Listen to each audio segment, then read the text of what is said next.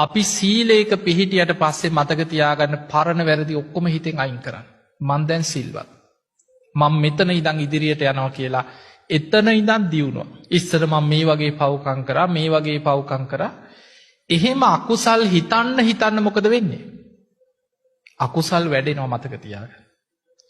අපේ හිතේ ස්වභාවය තමයි පින ගැන හිතන්න පිනට නැඹුරු වෙච්ච හිතක් හැදෙනවා. අකුසල් ගැන හිතන්න අකුසලයට නැඹුරු වෙච්ච හිතක් හැදෙනවා. ඒ නිසා හැම බුදු කෙනෙක්ම අපිට පෙන්නලා දුන්නේ සබ්බ පාපස්සා කරනවා. සියලු පාපී අකුසල් වලින් වළකින්න. වෙච්ච වැරදි අකුසල් හිත ඒවා වඩන්නත් එපා. පන්සිල් සමාදන් වුණා මං කොහොම හරි මේ සීලය රකින්නවා කියලා හිතුවා. පරණ ඒවා ඔක්කොම අයින් කරා. අඟුලිමාල හාමුදුරුවෝ ගැන හිතන්න. අඟුලිමාල හාමුදුරුවෝ පැවිදි වුණාට පස්සේ හිතාගත්තා මං අලුතෙන් ඉපදුනා කියලා.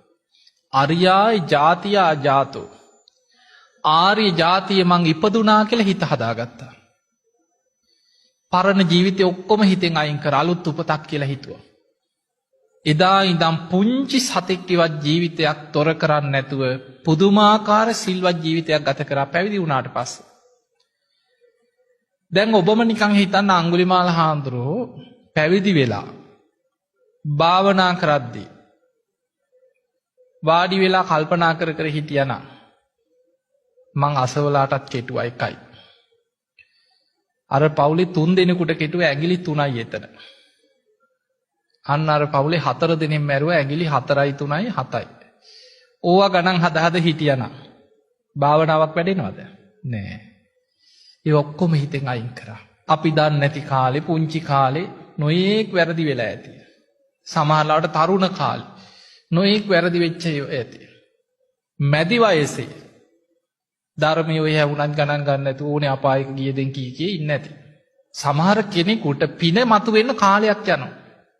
ජීවිතේ ඔය බණ අහනවා යන්තම් පින්කම් කරනවා. ඔය ගානක් නැතුව ඔහොම ඉන්නවා. ඔය අතරේ මුළු ජීවිතේම වෙනස් වෙන එක බණපදයක් ඇහෙනවා කාගෙන් හරි. සමහරුන්ට එක සිදුවීමක් ජීවිතේම වෙනස් කරනවා. සමහරට එක බණපදේ මුළු ජීවිතේම වෙනස් වෙනවා. අන්න එතනදි හිතනවා මං අද ඉඳන් හැදෙනවා. අද ඉඳන් මං වෙනස් වෙනවා. අද ඉඳන් මම මේ වැරදි වැඩ ඔක්කොම නවත්තනවා. අද ඉඳන් මං හරියට පන්සිල් රකින්නවා. අන්න යාගේ ජීවිතේ වෙනස් වෙන තැන මං අද ඉඳන් හැදෙනවා කියලා අදිෂ්ඨානෙන් පන්සිල් සමාදන් වුණාද එයා දක්ෂ වෙන්න ඕනේ පරණ වැරදි හිතෙන් අයින් කරන්න. මං දැන් සිල්වත්.